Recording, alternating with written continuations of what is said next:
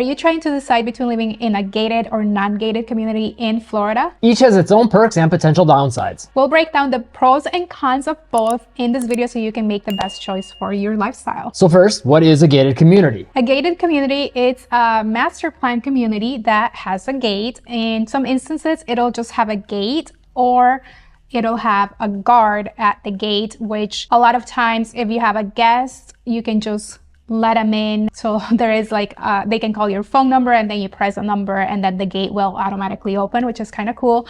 Or if there is a guard on site, they do have to go through that guard. And each community is different, but most will at least want to see some sort of ID and ask them, you know, which address or which home they're going to be visiting. And we should note a lot of things we're going to talk about in this video. There's also other like planned communities that maybe are not gated, but a lot of the pros and cons are going to be similar. But the things we're talking about right here with the actual gate and the actual guard, those are obviously going to be more exclusive to planned communities with the gate. Most communities will have at least a pool and a gate, while others will have more amenities like a golf course or resort style pool. Dog parks, bocce ball, pickleball, tennis courts, basketball, tons of amenities in some of them. Yes, and a lot of them will have like an activities director on site and this can be for a gated community or non-gated community, like an HOA community, and they will just schedule events throughout the year, which is also kind of cool to, you know, bring all the neighbors together. And so one of the biggest reasons gated communities are gated communities is to make them a little more exclusive, but on top of that, of course, the security. You know, the gate, you see the gate is to, you know, keep people out that shouldn't be in there and kind of control who's in and out of the community, but also it just kind of gives that, you know, that imagery of, hey, you can't just get in here and get out so easily, you know, so just from the visual aspect of it, it adds a little bit of security from that standpoint as well. Yes, and this also helps keep traffic low. A lot of the people driving into the community are people that either live there, services maybe, or guests. It's not going to be like somewhere where people go in and try to turn around instead of like doing a U-turn, or they can't do a U-turn. They won't drive in and turn around because they do have to go through the gate in order to do that. So it keeps the traffic low, noise down as well. And yeah, usually if you do want to make that U-turn, they'll have like right before the gate, there's like a little spot to do a U-turn, and just about all of them if they're planned out well anyways. So the first pro of being in a gated community is that increased security. The second pro of being in a gated community is also one of the things we mentioned before, you know, all the extra amenities that you get. Usually that's going to be a pool and most likely a clubhouse of some sort. And then all the other things could be a possibility like bocce ball, dog parks, you know, just fitness center as well. Yeah, fitness centers is also a pretty common one as well. So those are all possible options that could be included as another pro. The third pro is higher property values.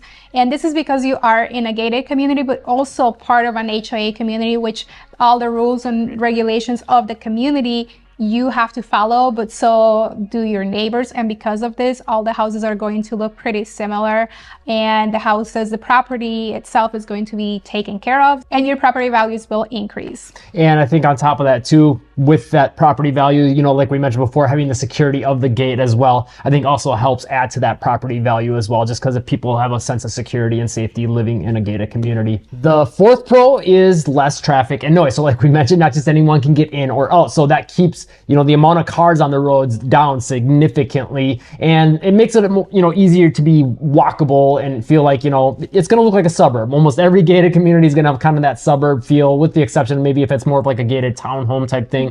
But even then, it's going to, you know, keep the traffic down. So it's going to make it easier for you to walk the dog, walk with your kids, maybe walk to the community pool, and all those sorts of things, and just keep an overall quiet vibe. So when you're in the house, you're not dealing with a lot of traffic noise. Now let's talk about the cons of being in a gated HOA community. One of those would be the HOA or homeowners association fee is going to be higher, because now if you do have a guard on site, you know, you have to pay that guard, or the HOA has to pay that guard. They will not work for free. But also having those gates, the maintenance on those gates as well has to come out of the HOA fees. And if they did work for free, I don't know how good of a job they would do too. So probably better to make sure they're paid. The second con, and for us, like we personally would rather not live in a security guard gated community. We do live in a gated community, but without the guard. And it's it's because of, it kind of makes it a little bit more of a bear for guests to come visit you. So if you have a security guard, usually you're going to have to make sure that they are added to like a list basically, and you have to get a hold of the gate guard to say, hey, I got someone coming to visit, here's their name, and then they got to show their ID. So it's just a little extra hoops to jump through if you want to have like, say, a birthday party. Could you imagine like giving, the list out of all the people that are going to be coming to your house? So that side of things makes it a little bit more difficult. But even if there's not a security guard, just having the gate for guests coming to visit could make it a little more challenging, because they either have to call on the phone and then push a certain button, or they have to know the gate code and you have to give them that, and then you have to worry about the gate code getting it out. Now it kind of defeats the purpose of the gate. So there's all this kind of can of worms that goes along with the gate as well. On the other side of the security, it kind of makes some more basic things a little more challenging. Yes, and a lot of times you want people to visit, but you don't feel like it necessarily makes sense for the guard to know every single person that's coming to visit, or how often they're coming, or if you need to say like service, like you need to get your AC handled or service or fixed. Now you have to give that information to the security guard so that they know that the company is going to be coming to your house to work on your ACs. It's a lot of hoops to jump through, but some people do like being in the gated community because of that, feeling more safe and the security guard pro. Con number 3 is the HOA rules. Some people do not like to have HOA rules. And it's not just the rules, but also if you need to work on the exterior of your home, say you want to change the paint color, there are colors that are approved or pre-approved through the HOA that you have to stick to those colors. You can't just put any color that you want on your house. And for some people, having an HOA telling you what color to paint your house, that's just not, they do not like that. But again, that goes back to the pro, where if you have HOA rules and regulations, your home, it's not going to depreciate as quick as a house not in an HOA community, because of all those rules that you do have to follow.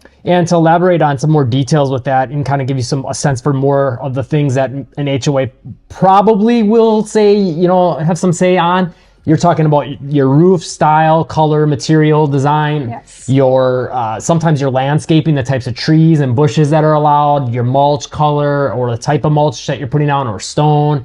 Parking, there's a lot of times restrictions in what can be parked in the driveway or the street, and what times they can be there. So there's a lot of little details that all go into, the way the community looks and keeping it a certain way. But then on the flip side of that, it also makes a lot of little day-to-day things or big changes you want to make to your house, or you might even look at small changes to your house, a little bit more, something that you have to put more thought into, and you're kind of at the whims of the HOA board sometimes of getting certain things approved. Or how long it takes them to approve it. Even if it is an approved color, but now you still have to wait for their approval to get that certain thing done, because you don't want, to go to war with the HOA. Yeah, and I think one other thing we should mention to go along with all that is the potential of fees. So if you're doing some of these things you're not supposed to be doing, usually they'll give you a warning, and they have to give you a warning now by law. But basically, if you do not take care of the thing they want you to take care of, there will be a fee, and sometimes that'll keep escalating and getting higher and higher and higher if you don't get that thing done. One side note I want to say, just because I think this is a really funny story. There was a picture I saw on Facebook a while back of there's only these 3 approved colors, or a few approved colors in this community. And the tenant or the owner of the home wanted to paint their home a certain color, and it wasn't approved. So they took the 3 colors that were approved by the HOA and basically turned their whole house into an American flag. So there you go. If you want to fight back against the HOA, there's something to think about. Con number 4 is that a lot of times HOA communities can feel a little bit isolated, mainly from like downtowns or shopping centers, because, if you're part of a planned HOA community, you are going to have a lot of neighbors, because developers want to fit as many houses as they can. So you do have a lot of neighbors, and people are typically nice, and you are able to make friends with your neighbors. But you could feel isolated because you are farther away from like shopping. Now, like, you have to now get out of your HOA community to even get on the road to go shopping or things like that. Like, depending on how far you are from the gate, it can add at least 5 more minutes to your drive. Yeah, absolutely. And I think one way to kind of give some perspective to this, if you're not from Florida, is just think about it as suburbs. You know what I mean? Like a lot of gated communities are basically more or less suburbs, and most suburbs are going to sit on the edge of the city, and then you got to get out of the suburb onto the main road to get to the stuff you want to do. So in that way, there's a pretty good apples to apples comparison. I'd say the biggest difference is to get a suburb in Florida, you're pretty much looking at being in an HOA or a gated community where you're going to have to pay the HOA fees and have the HOA restrictions. There are some though that are, lower price and lighter on the restrictions. So those are some options that are out there, but they usually won't be gated. But like Haiti said, I mean, you're going to be further from shopping and, a walkable downtown or area or whatever the case may be. You're going to have to drive to more of those things. So what is a non-gated community? A non-gated community is just houses on scattered lots or, streets where anyone can drive through, anyone can use your driveway to turn around. It's free access to the public. And yeah, so to give some examples of this, of a couple of actually areas we serve. So if you are looking to buy or sell in either of these areas, the Orlando Metro, Sarasota, basically all the way down to Port Charlotte, Inglewood areas, those are areas we serve. So if you do want to buy or sell a home in those areas, make sure to call, text, or email our real estate team, 941-221-1897. We've helped a lot of people move to the area. We'd love to help you too. And if you're looking to buy or sell anywhere else in Florida or the United States for the matter, you can click the link in the description, answer a few questions that'll get you connected with a realtor in the area that you're looking for, and that is an expert in the area. That does not cost you anything extra. But either getting a hold of us or clicking that link is a great way to support the channel so we can keep making you videos like this one. So examples, let's say like Orlando, like downtown Orlando area, older part of the city, been there for a while. You actually will get sidewalks and street lights, which you won't in a lot of Florida unless you're paying an HOA fee. But you're closer to the downtown, you're closer to businesses. So it's gonna, those pros and cons we just talked about are really gonna play out. Now you could maybe walk to some restaurants, you could walk to some shopping, maybe walk to get groceries. But you're also really close to all those businesses, and maybe there's more people coming through the area that you maybe do or do not want. It just depends on the area, right? But when we're talking like where we live in like the Venice area, now there's going to be like, say, South Venice. A little bit quieter, almost country type feel, kind of meets suburban, somewhere in between there. No sidewalks, no street lights. Anyone can drive through there though, so it's not quite as exclusive as a gated community. And so that's, I think, should give you a sense for kind of what's out there non-gated community wise. I'd say those are like the two main types of non-gated communities you're going to find throughout Florida. Yes, and depending on how big the city is, like Orlando, you could be in a non-gated, non-HOA community, but then you are going to have a lot more people driving through, a lot more businesses, a lot more noise than if you were to be in a smaller city like Venice, where, there is still free access to those roads and your driveway and everything, but the amount of people in Venice is a lot less than the amount of people in Orlando. So maybe being in a non-gated community is not that big of an issue in Venice, just because the road noise will still be less than if you were to live in Orlando. The first pro of being in a non-gated community is that the property values are usually going to be a little more affordable than if you were to be in an HOA community. Yeah, I'd say the one exception to this would be kind of like what we were talking about before. Like if you're in one of the more hot spot areas in downtown Orlando area, like say a College Park, a Winter Park, not in an HOA, since you're getting access to a desirable area, walkable to lots of things to do, and people generally view those areas as kind of up and coming and sort of maybe prestigious or whatever you want to call it, those areas are maybe going to be a little bit higher. But for the most part, you're talking lower prices by not being in an HOA or a gated community. Another example would be being in South Venice versus Venice Island, where Venice Island is not, it's a non-HOA community, and you do have, free access. People have free access to drive through, but property values are going to be a lot higher there than in South Venice because you are closer to the beach, you are closer to the downtown as well. Very walkable area, lots of sidewalks, not all throughout Venice Island, but there is a lot of sidewalks, and the downtown area is very walkable. Yeah, definitely having, again, I think it comes back to those more developed, areas that have been there for years and are kind of like the hub of the city. Those are the ones that are usually going to cost a little more. But then South Venice is going to be more affordable, obviously, than that, but also then living in a gated community, which are kind of scattered throughout the Venice area. So just to give you a sense of what's out there and kind of where you can find prices that are going to be a little bit more affordable. Again, for the most part, more affordable not being in a gated community unless you're by one of those hubs, to kind of give some clarity on that. Second pro is there is more freedom because you don't have an HOA community. There's a lot more freedom of where you want to park, and also modifications to your home. You don't have to go through an HOA to get anything approved. You might have to go through the county, but if you are in an HOA, now you have to go through the county and also the HOA. So it's just one less thing you have to do. Yeah. And on that note, just basically the only restrictions you're really looking at would be like city restrictions. You can't let your lawn get too crazy long or whatever the case may be. It's going to be much milder though than an HOA community, generally speaking. And with that comes, since you can do whatever you want with your home, some more variety in the homes and the architecture. A lot of times, when you go through a gated community, since there's a set style, a lot of the homes can look the same. Some people will maybe describe them as cookie cutter. Different strokes for different folks. We're not here to say one's better or worse, just pointing out the differences. Whereas if you're like in like one of these central hubs or like a South Venice area where it's more like scattered lots and kind of got that rural suburban feel, there's going to be some variety from home to home. And in some ways, some people find that, more appealing and just, makes, a walk or a drive through the area a little bit more fun in some ways, maybe because it's like, oh, look at that one. Look at that one. They all kind of a lot more different styles to look at. Yeah. Absolutely. Number 3 is easier access for guests and services. You don't have to let anyone know that, you're having someone coming down to visit you or that you need your AC service or anything like that, because people can just drive straight to your house. No gates to get through. Yeah, I think it just makes everything a lot more simple, easy. It's just one less little thing to have to think about. So on that side, I think it's definitely a pro.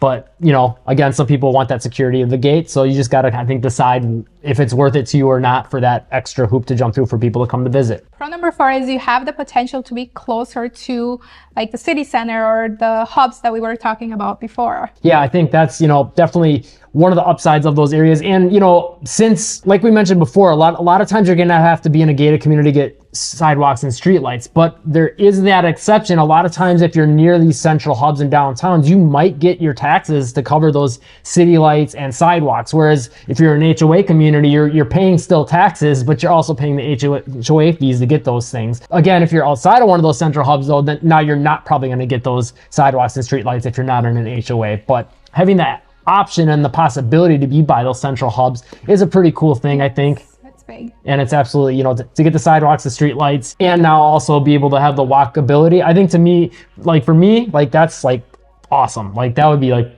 perfect. The life. Yeah.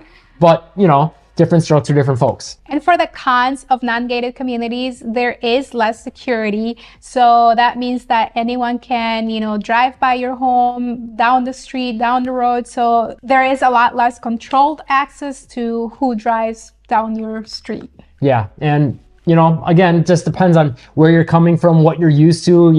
Every person's going to be different on this side of things and who feels like they need that extra security. And, obviously there's going to be some location dependencies on that as well. Maybe some locations you feel completely comfortable with that and others maybe not. So maybe it's just a matter of finding that right location. Maybe you don't want to deal with the gate, but you want to still feel safe. Then, you're going to have to do a little more research to kind of figure out where you want to be. And as always, if you get a hold of our team, we are not allowed legally to say anything about this is a safe area or not a safe area, but we can guide you to some resources that can give you some statistics and things like that.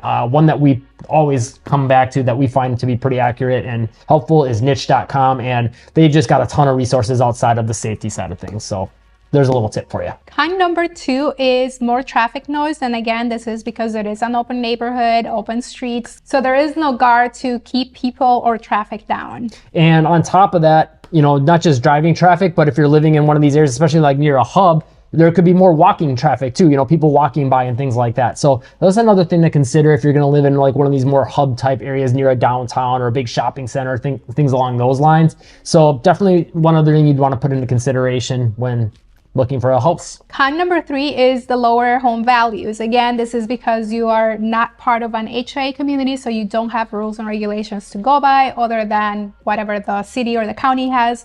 But a lot of times, depending on the neighborhood, some people will upkeep their properties, some people will not. So it's just kind of like a gamble. You don't know what your neighbor's going to do. Yeah, and there's no cut and dry way for sure to know that your neighborhood's going to be nice, but a lot of times you can get a sense for like driving through the area, like some of these areas that are more up and coming, like near downtown Orlando or like Venice Island, like those areas generally, most things are pretty well taken care of.